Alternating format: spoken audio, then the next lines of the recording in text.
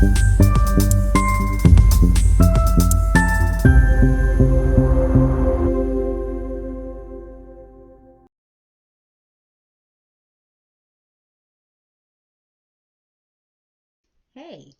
have you heard of an organization called the Black Women's Health Imperative? I hadn't either. I went to an event this past Sunday. It was called Power in the Pause, and it was about um, menopause and perimenopause.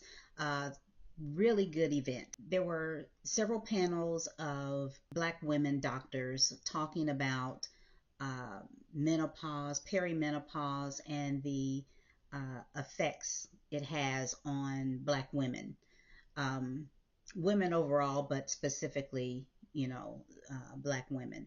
And yeah, so these are some images pictures and videos that I took of the event.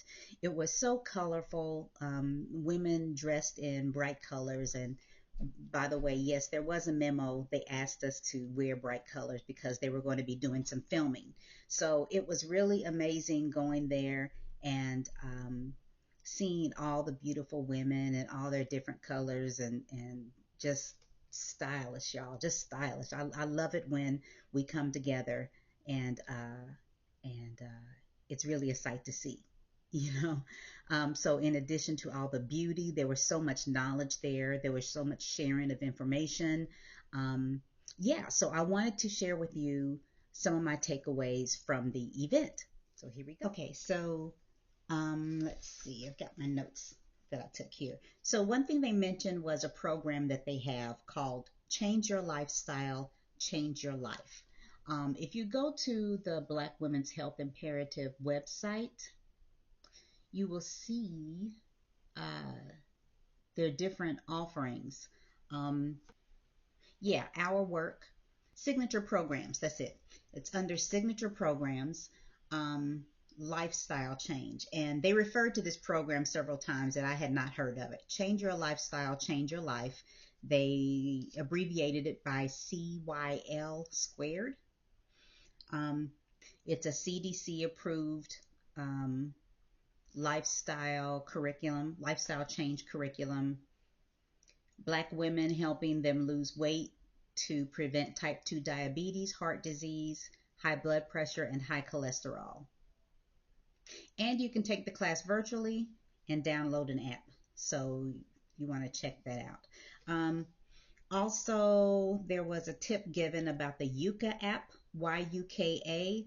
That app, there was a conversation about how the things we put in our body and on our bodies can impact our health. So as we're talking about perimenopause and menopause, and of course we look at the hormones and the fluctuation of the hormones that's causing so much havoc, wreaking so much havoc within our bodies during this time. There are some things that we can do um, as far as being mindful about what we're putting in our bodies and on our bodies. So they talked about um, someone brought up this tool that you can download. It's an app. You can download it onto your phone and you scan the barcode of the product, whether it's food or body care products, hair care products, skin care products, things like that, and it will give you a score and tell you whether it's good or bad depending on the ingredients in that product. And then it will also give you alternatives if it's bad. So I downloaded that app and used it the past couple of days, and it's helpful. Um, Disappointing because some of the things I have are just like horrible, bad, score zero. It's not good. Anyway, that was cool. Okay, so another tip, sleep is very important, which we know, but poor sleep can show up in a lot of other symptoms. So if you're not sleeping well, then that could show up um, in how you're feeling, brain fog, fatigue, and other things that you might blame on hormones. And it's just a matter of if you had better sleep, you would not have these problems. So sleep is very important. Um, Magnesium can help with your sleep. They didn't say which magnesium. Um, Google it or ask your doctor because I'm not sure. I know this magnesium citrate, chelate, glycinate. I don't know. Some of them help you go to the bathroom. Some of them help you relax and sleep. So make sure you get the right one for what it is you're trying to address. Um, oh, and someone suggested watch when you eat. Um, so try not to have any food 2 hours prior to going to bed. Nothing but water. 2 hours before going to bed.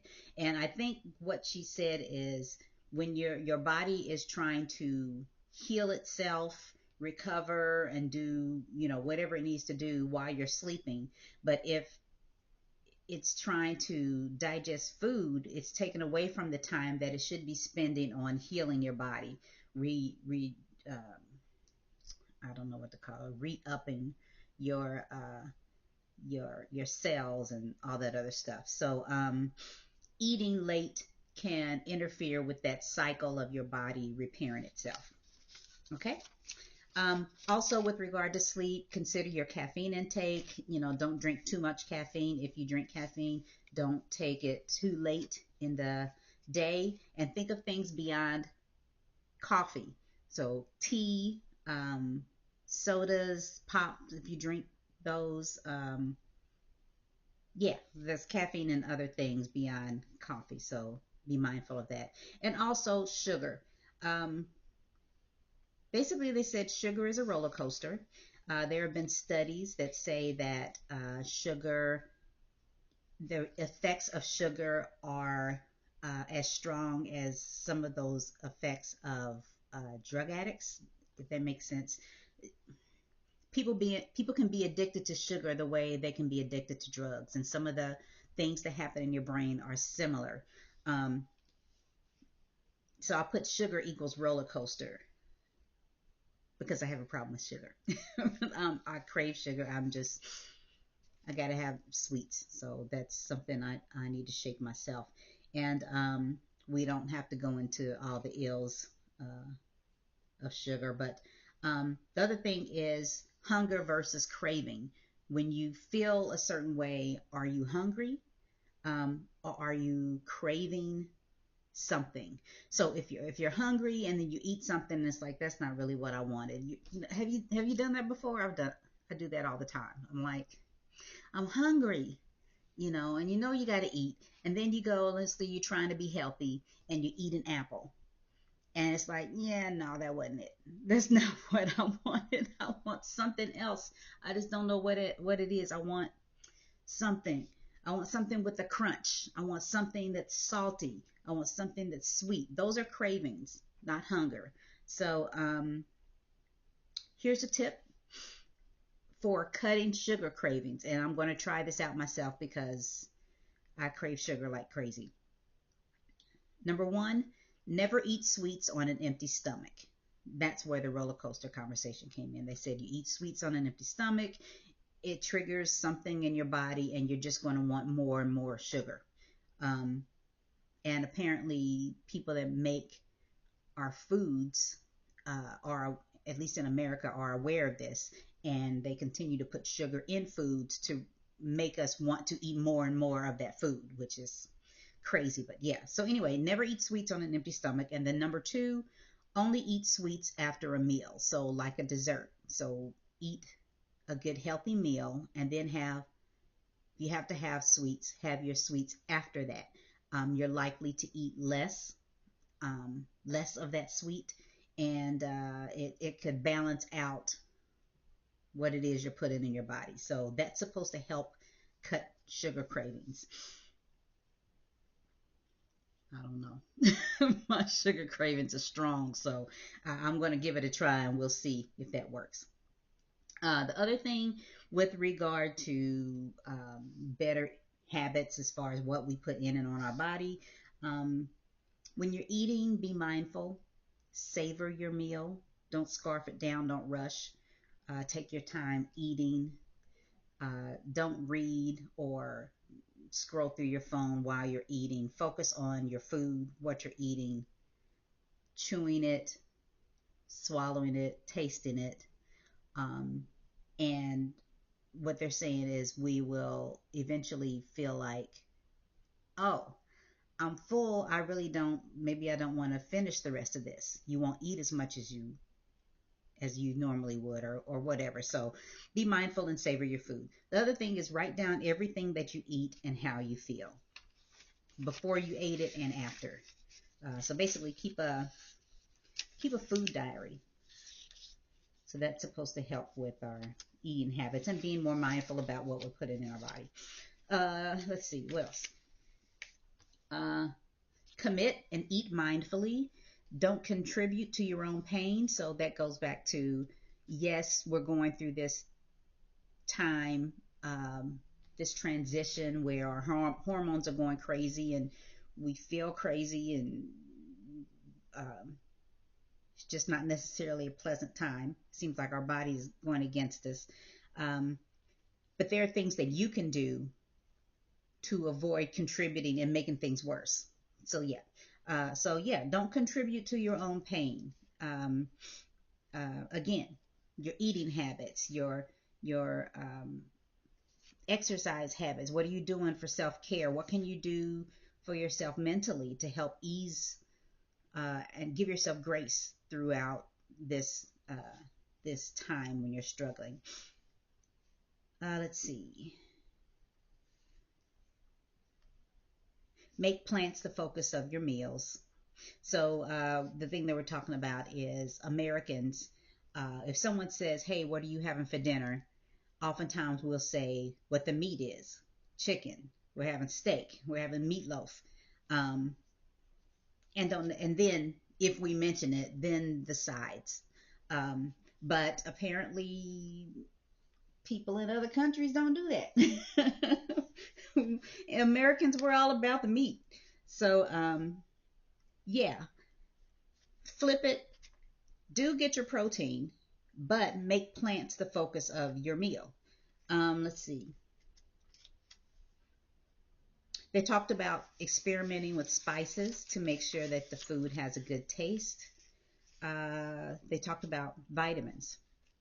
They said a lot of us have vitamin D deficiencies. I have a vitamin D deficiency. My boyfriend has a vitamin D deficiency. They were saying a lot of, a lot of melanated people have vitamin D deficiency, especially if we're not getting enough sun. We're inside on the computer for hours at a time. We're just not outside enough. So you're probably vitamin D deficient. Get it checked. And if you take vitamin D, pair it with vitamin K. Take it with food, the fattiest meal of the day. So you want to take it with food and fat. What's suggested is 2 to 5,000 international units I use per day. And if you're deficient, higher than that. So again, refer to your doctor. But that's what they were saying. Let's see, other notes I have here. One thing that was something that I said I would, it struck a nerve. Not really struck a nerve, but it hit home, made me think and go, yeah. Was they said that as Black women, we know our pain, but we don't always know what pleases us. So in that, she was saying that we know how to articulate what our pain is,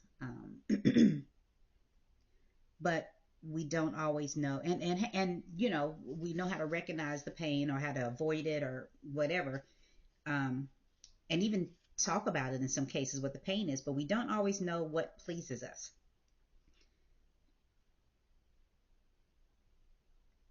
Yeah, I mean,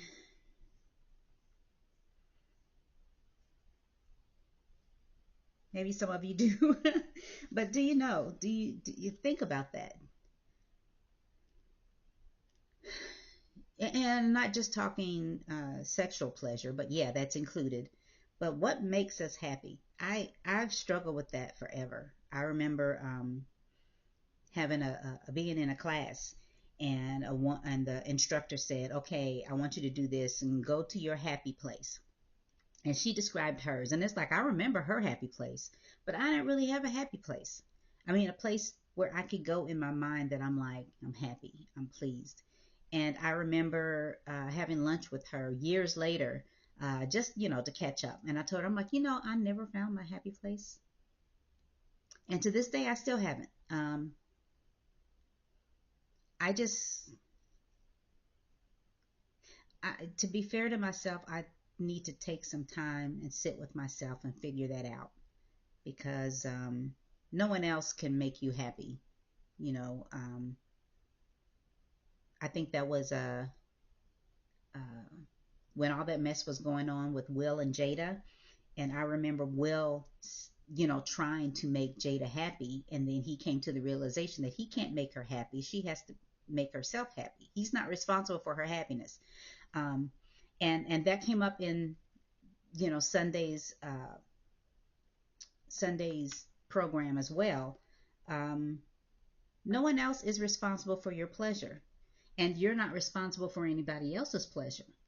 And I don't care where your mind went.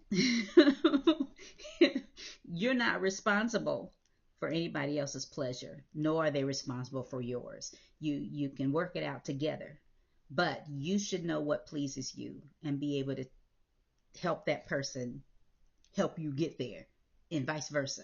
So yeah, I need to take some time and sit with that, and really get clear with that for myself. Um, so pause. Uh, that's something else that came out of this, that we as Black women tend to run around and keep ourselves busy. Sorry, hot flash.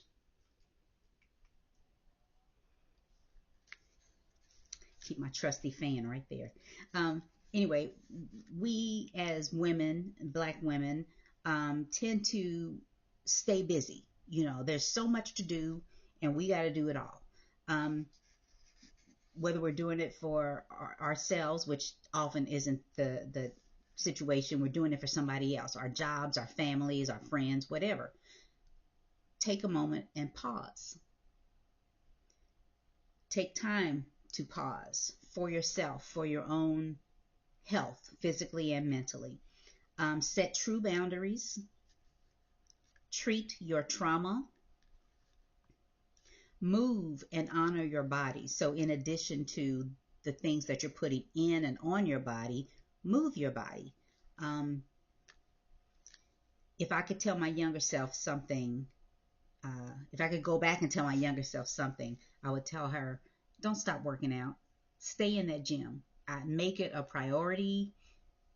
you know, at one point I loved lifting weights. I never got the results that I wanted. I was okay, I was strong, and whatever. But it's like I didn't really have to work super hard at it. But those days are gone, baby. Those days are gone. Uh, I used to be naturally muscular. I mean, I was just naturally muscular and fairly strong, and now I feel just like mush, and weight just comes on me like nothing, uh, and and it's hard to get off. It's hard. It's so hard. And then I'm in the gym, and it's like it's hard to be in the gym because everything hurts. It's like you don't want to go because get out of bed and just everything hurts. All my joints hurt, or my knee wants to go out, or my ankles hurt, or my back hurts, or my neck, my shoulder. I think I got bursitis, whatever the hell. I don't know. My shoulder don't want to act right. It's hard, but move your body and honor your body. Um, be in community. Be your sister's keeper.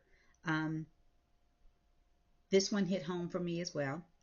I am a natural introvert, loner. Been that way for most of my life. Most of my friends have come from introverts reaching out to me and grasping on and just kind of, did I say introvert? Extroverts, you know, just kind of grabbing a hold of me and becoming my friends. That's where my closest friends came from that. But it isn't for lack of trying. I've always been socially awkward. So I have put myself out there and tried to make friends and tried to be part of a community of like-minded women. And I mean, I would really love to have that community. And I move through them, I move around them, I even facilitate some of them. But for some reason, I just haven't found the community yet that I'm in there. You know what I mean? I'm part of it. I feel part of it. Um, I don't know. So I'm going to keep working on it because I'd love to have a community of women that I could go to for whatever reason. Um, the other things they talked about, be your sister's keeper. Basically, they said, if you see something, say something. And with that, they were saying, when we see something that's not right with our sister, another woman, say something. Because a lot of these things, we're getting better at talking about it now, you know, with social media and people that feel comfortable putting things out there. I mean, like some of the things that I've said just in this video, I normally wouldn't feel comfortable putting out there. And really, by the time I'm done editing, I might cut it out. But, you know, luckily there are some people who feel comfortable putting their business out there, being vulnerable and sharing, so that there are other people that are watching that can say, yeah, me too. So I'm not the only one. And that helps. So what they were saying is, be your sister's keeper. If you see another woman struggling with something, see if she's all right.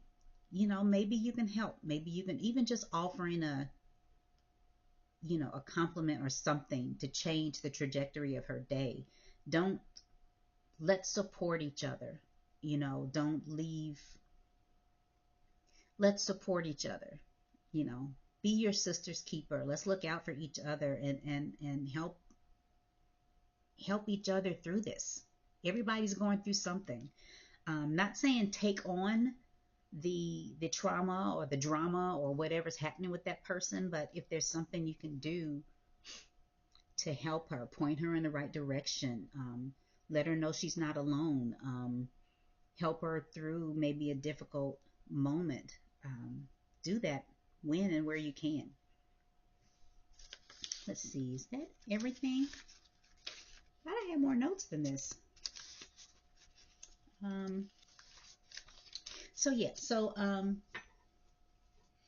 Other thing I wanted to share is I got a goodie bag, so I went through what was in the goodie bag.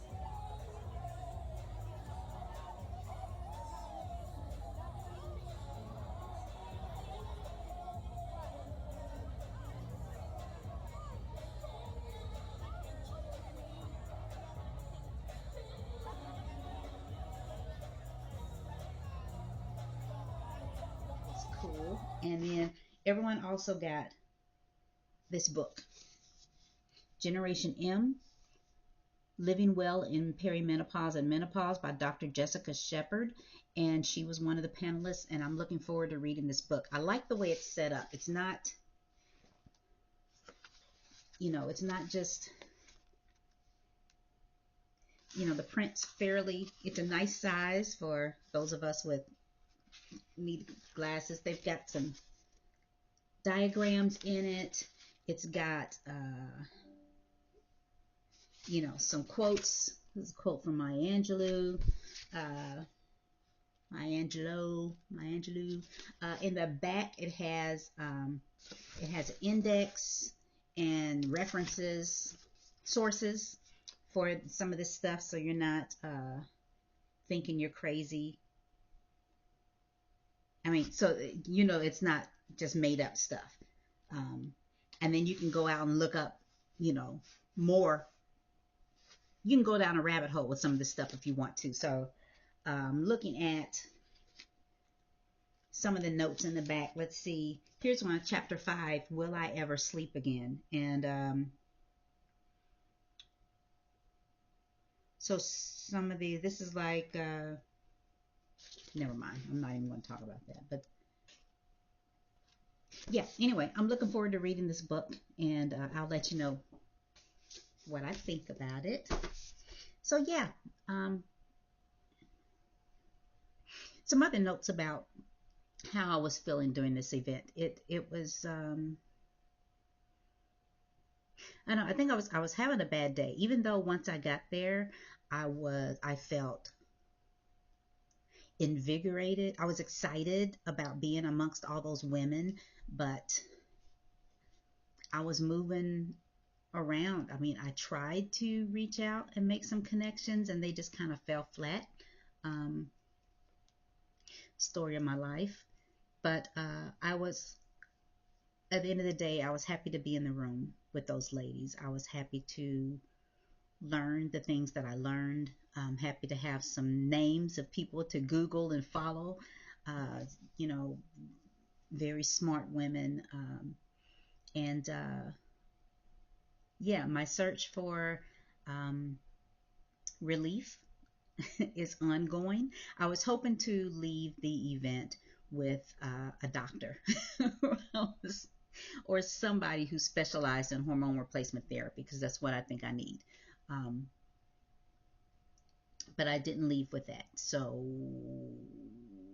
yeah, I'm still at it. I'm still looking. So, yeah. So, anyway, I hope this was interesting for you. I believe this is just the start of this, what is it? Pause in the, strength in the pause. I think that's what I said. Strength in the pause. Um, Power in the pause. That's it. Power in the pause. So, yeah, I think this is just the start, and I think they're going to be going around the country um, doing events like this. So if you hear about it, if you have an opportunity to go and participate, I would definitely recommend it. Also, this did come up, and I will say this: let's support our organizations that support us.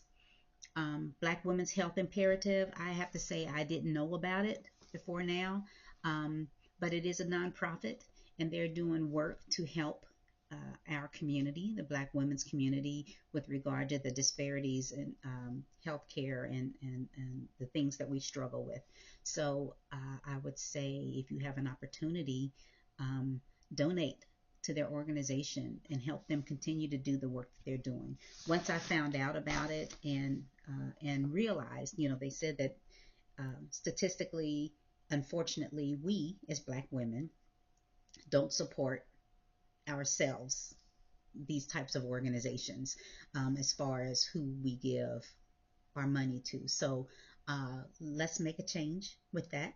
I already made a donation, and I hope this was helpful for you and informative at least.